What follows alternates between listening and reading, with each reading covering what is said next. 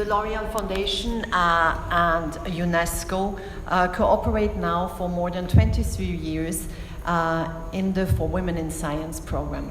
The idea at the departure was saying there are women scientists, excellent women scientists, and they are not visible in the world.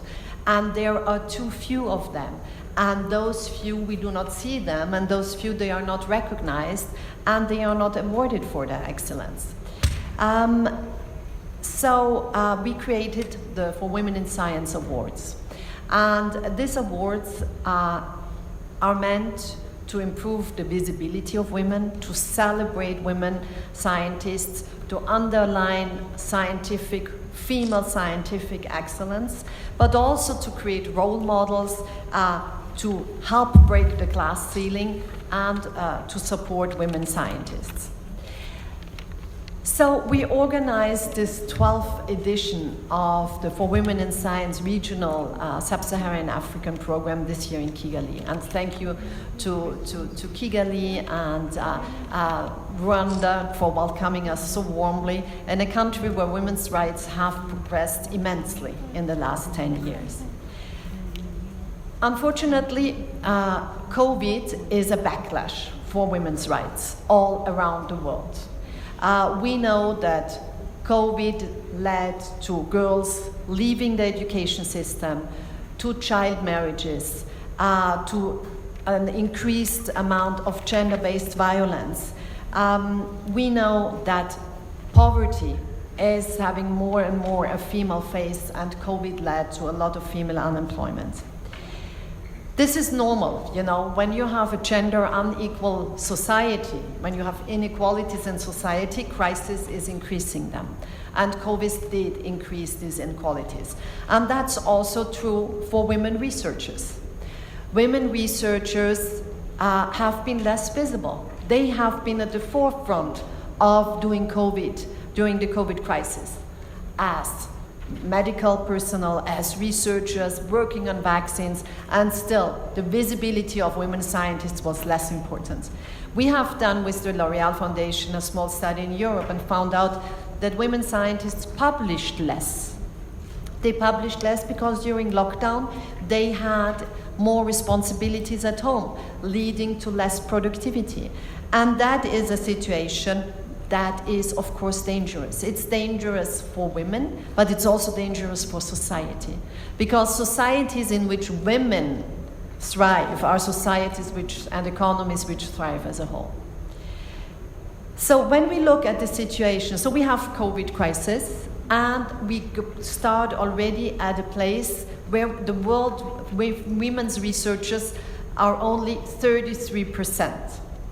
Professor Geisen is talking more about the numbers later. But when we look into Africa, we know that we have at around the same 33% of women, but from a very, very small amount of researchers in Africa.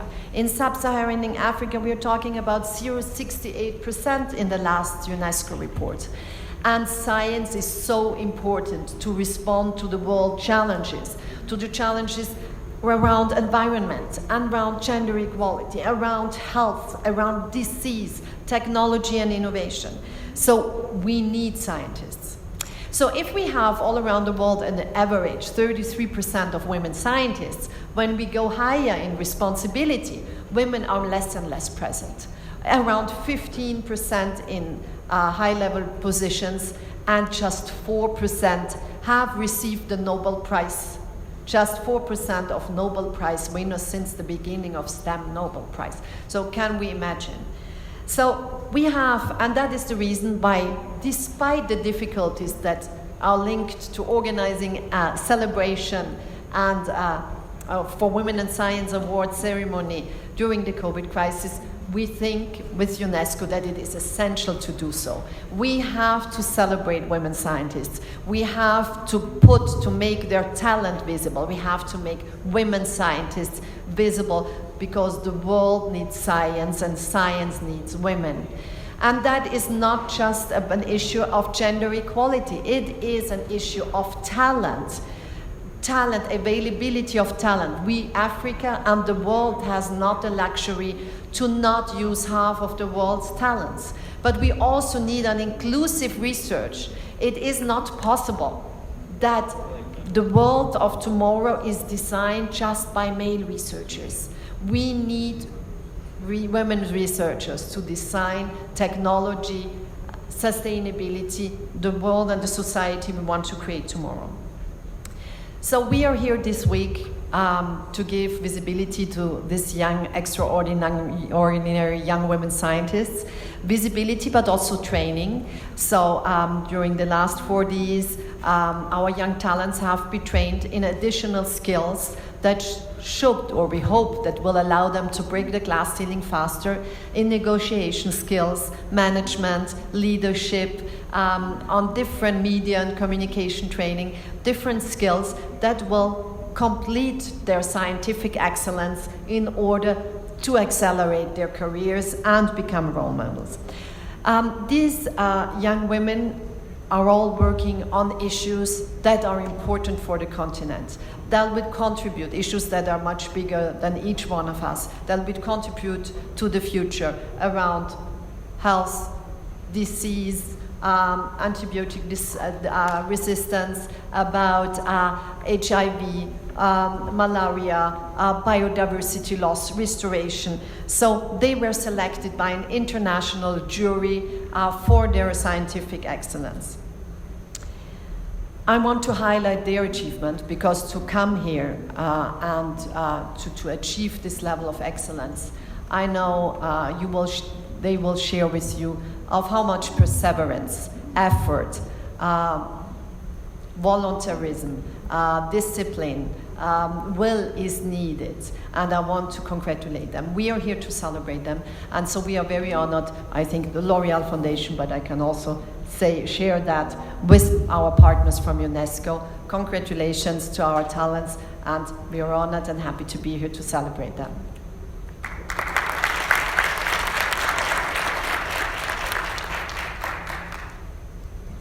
Beaucoup, Madame Alexandra Palt. Nous allons passer à l'intervention du professeur Hubert Gaizan. Merci d'être avec nous, merci d'avoir accepté cette invitation.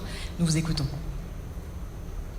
I'm very pleased to be back in Rwanda after almost 15 years. And I'm also very happy to see one of the alumni of the university I was working for before, and that is the Honorable Minister. So it was really a pleasure to meet you again, Minister. And Minister, also thank you for hosting this event in this beautiful country, Rwanda, the land of 1,000 hills. I'm not planning to climb all of them, but let me try one or two. Ms. Alexandra Palt, the L'Oréal Foundation, our partner in crime, I would say, already for 22, almost 23 years, I believe, with this very important program on women in science. But also, dear women scientists, the L'Oréal Fellowship awardees.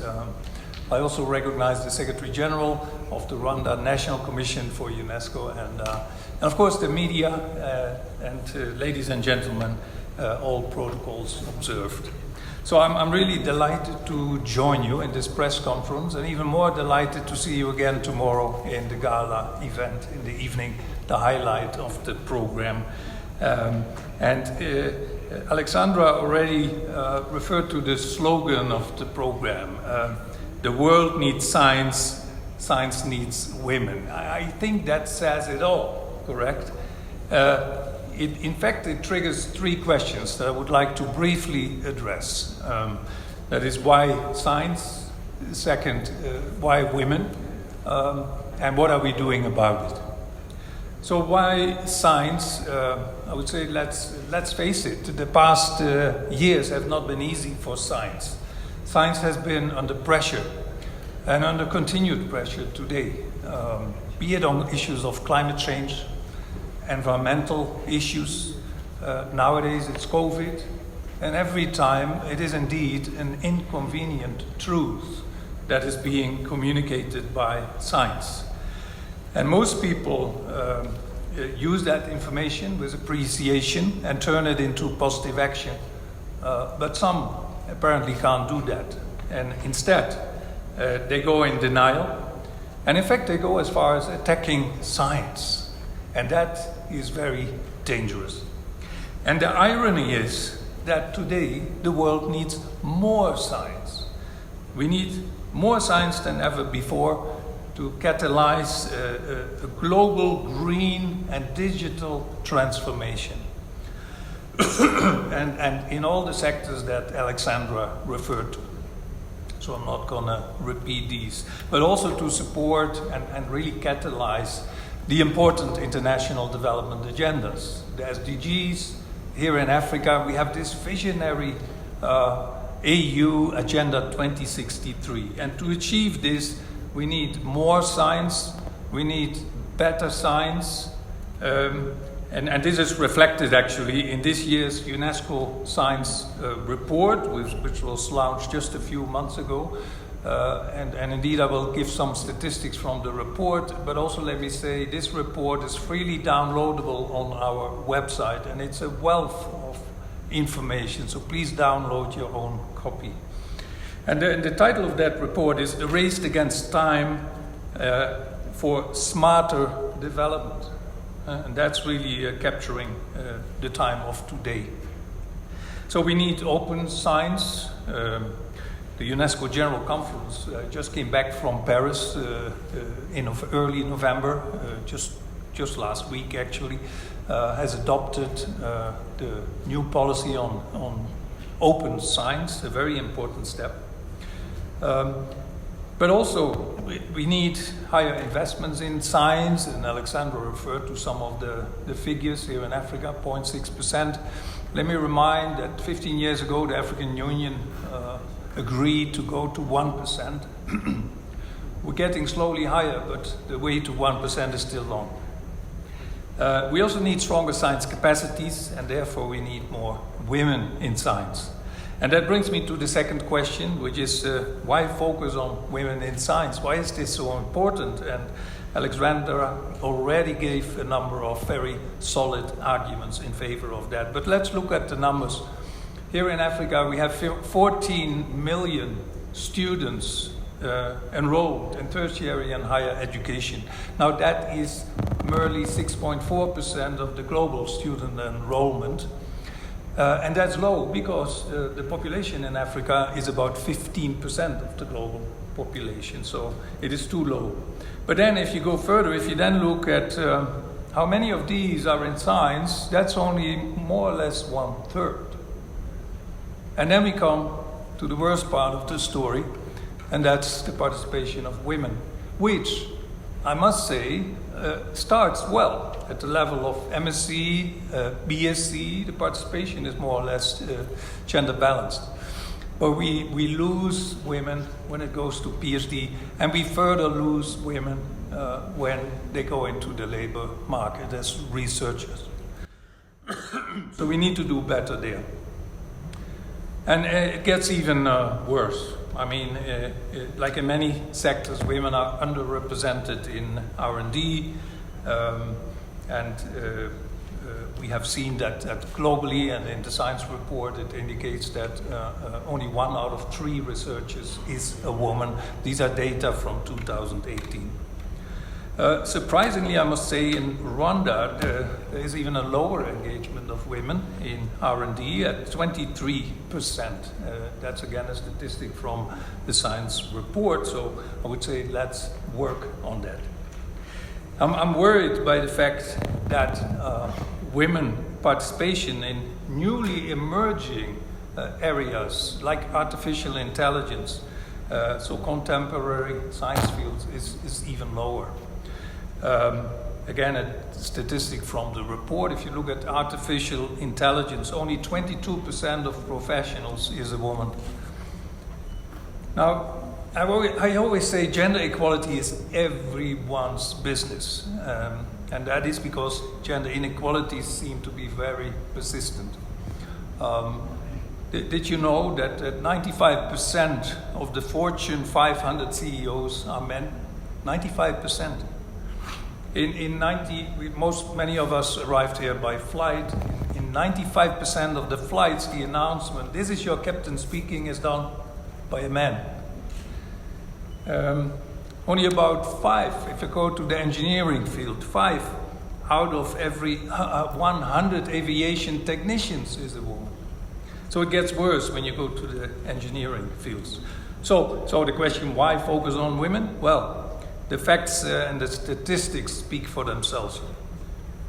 We are grossly underutilizing a significant portion of the world's capacities and intellectual potential. And also a strong focus on women in science is in fact a low-hanging fruit, because we have low capacities, and if we focus on bringing women into science, we can immediately boost the science and R&D capacities in the region. There is also evidence, a study from MIT, that gender-balanced teams in general are more productive, and I add, for companies, more profitable. So it is a no-brainer, in fact. And that brings me to the last question. What does UNESCO do to turn the tide? First of all, we need to think about interventions much earlier in the educational spectrum. And we need to also repitch the image that science has. For many, what is the image of most people? Science is for nerds, science is difficult, scientists are not paid well, and that keeps young people out of science. So we need to urgently reflect on how science is brought to the classroom. And I believe that the UNESCO Global Program on Education for Sustainable Development, ESD, as we say briefly, provides an enormous opportunity. When I was the regional director in Asia and the Pacific for UNESCO, we piloted a so-called Green Schools program with very hands-on, joyful learning modules where children work together on science subjects without even calling it a science subject matter. And that's maybe something to reflect on, the way we bring science to the classroom. We also, as UNESCO, organize numerous science camps and robot camps that help to do the same, make science more accessible, more attractive, more fun. One of such programs is also the UNESCO and Airbus cooperation. We have partnered in a program called Fly Your Ideas, and that's a competition held every year since 2012. This competition has engaged over 20,000 students from over 100 countries. And what the challenge is to look at key 21st century challenges for a greener aviation industry. The program, by the way, has also been very successful in attracting more women into this program. Another example is the recently launched 1 Million Girls in STEM campaign, where UNESCO partnered with Womensch, that is an NGO of women engineers, and the goal is to impact 1 million girls through STEM education around the world with a very strong emphasis on Africa. And then we have the UNESCO Chairs program. When you progress in your career, I hope to see a number of you back in a UNESCO chair as a professorial chair. These are some of the programs. And then, of course, last but not least, is our very productive and long-lasting flagship cooperation with L'Oréal, which was initiated, as I said, in 1998, and it has since then been expanded and consolidated. I personally consider this program highly strategic because it not only recognizes women in science for their scientific achievements, and of course that is the core of the program, and it also stimulates their continued engagement, and again, that's important, but strategic, because a most important feature is that it presents young, talented women in science as role models for younger girls to be followed. And as such, the program really has a catalytic function. So in closing, let me thank L'Oréal for their continued and successful partnership. And of course, last but not least, I wish to congratulate again the young, talented women scientists who are present here. Thank you very much. Merci beaucoup, professeur. On comprend mieux le sens de votre engagement, celui de l'Unesco, celui de la Fondation L'Oréal. On passe à l'intervention de Madame la ministre, Dr Valentine Ouamaria.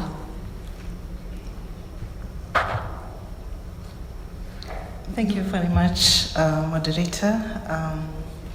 I would first start by saying thank you to L'Oréal and UNESCO for having chosen Rwanda to host this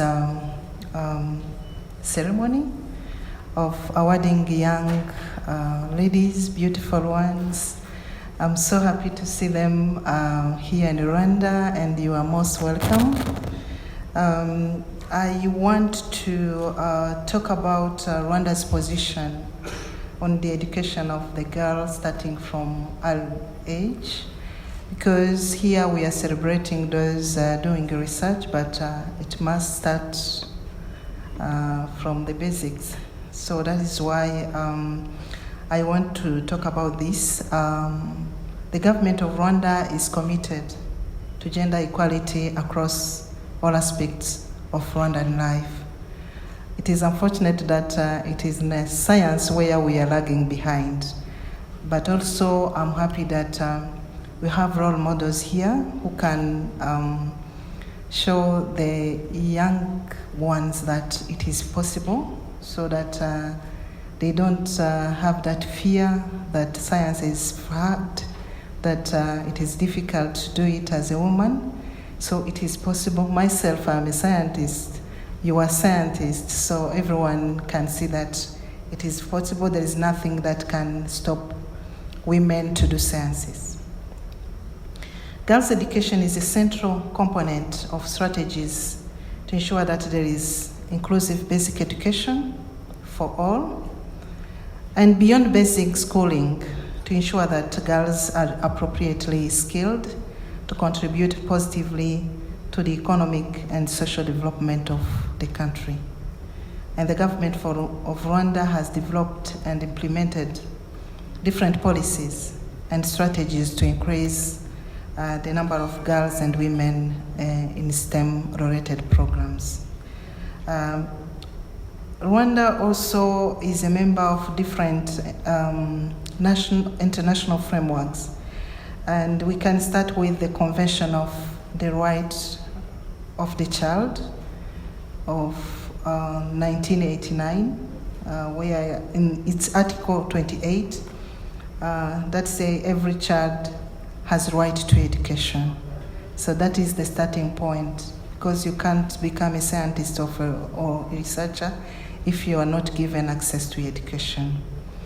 We can also look into the Sustainable Development Goals, where we have goal number 4, which is to ensure inclusive and equitable quality education and promote lifelong learning opportunities for all. And in that, the same goal number 4, there is by 2030, we have to eliminate gender disparities in education and ensure equal access to all levels of education and vocational training, especially for the vulnerable group.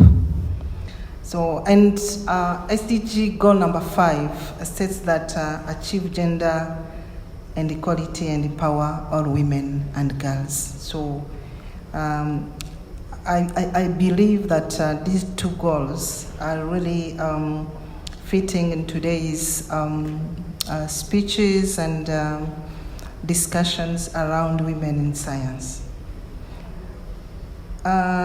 coming back to the national frameworks, we should start with our Rwandan constitution that in its Article 20 says that every person has right to education.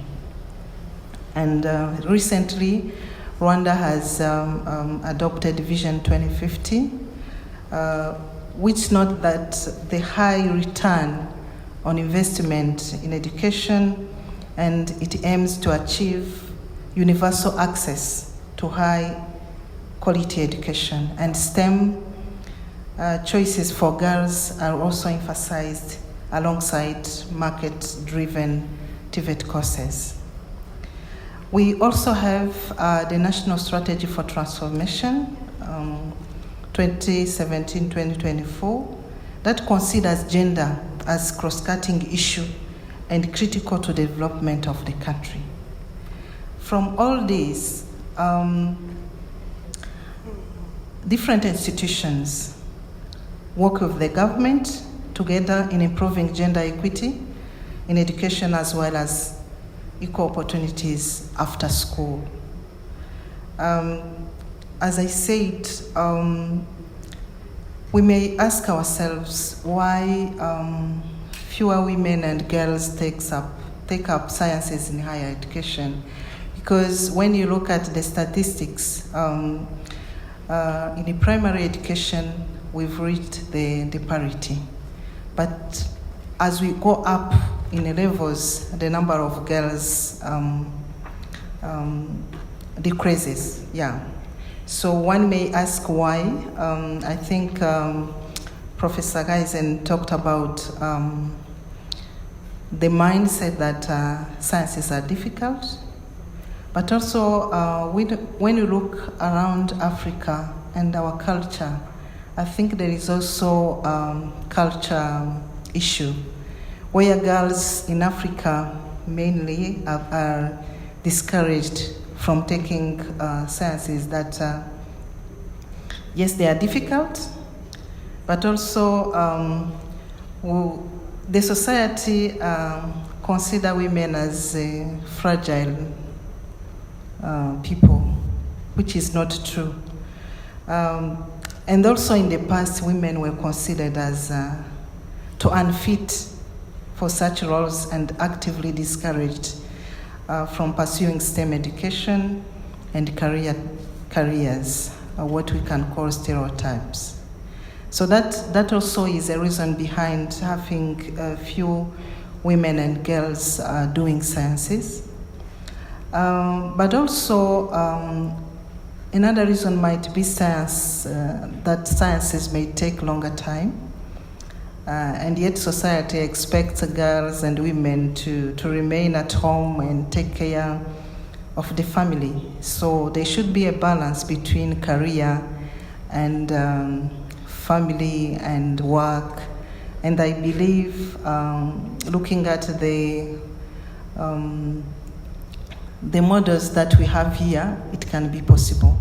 It's not that being a woman is a barrier of becoming a good scientist and a researcher, but it is how much you are encouraged to do so and how much you are organized. But the laureate of today's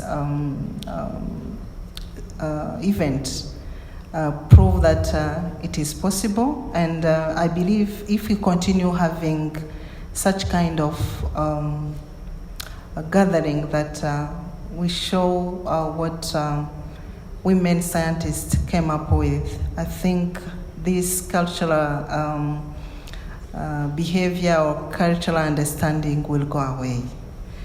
But also in Rwanda, we do not work in isolation as a government. We do welcome partners, and we do conduct different campaigns that attract more women into science and doing research. And I can talk about one very important campaign that was launched in 2005 by Imbuta Foundation, which is a foundation that was funded by the First Lady of our country, Mrs. Janet Kagame. Her Excellency First Lady has a foundation called the Imbuta Foundation, and for the past 16 years, they are conducting campaigns to encourage girls, especially in education. Those who, every year, they award best girls who performs better at school, and then they are given awards. But on top of that, they bring together different stakeholders, parents, teachers, role models, to encourage them to do so. We do also have a strong organization, Rwandan Women in Science and Engineering, and they are also doing a great job in mobilizing girls who join science education. But as we said, it's a journey. But in Rwanda, we say we are on the right path, but we still have a long way to go, because as Professor Hubert presented, we are around 20% of those involved in R&D. So we still have to make such much efforts to attract more, but also those who graduate after graduation, because some get their degrees but do not invest more into research. So we have to create rooms for them to continue investing their time in doing research and development. Thank you so much. Congratulations to the laureate of this year. And once again, I'm happy that this event is taking time in Rwanda, and we have journalists around. They are going to spread the news, and I'm sure young girls will see their elder sisters being awarded, and that is in one way a campaign to attract more girls into sciences. Thank you. Thank you. Merci Madame la Ministre. Merci à chacun de nos intervenants. C'est très clair. On comprend mieux pourquoi il est nécessaire d'investir, d'accompagner, d'encourager les femmes scientifiques en Afrique. Et bravo encore à la Fondation L'Oréal et à l'Unesco.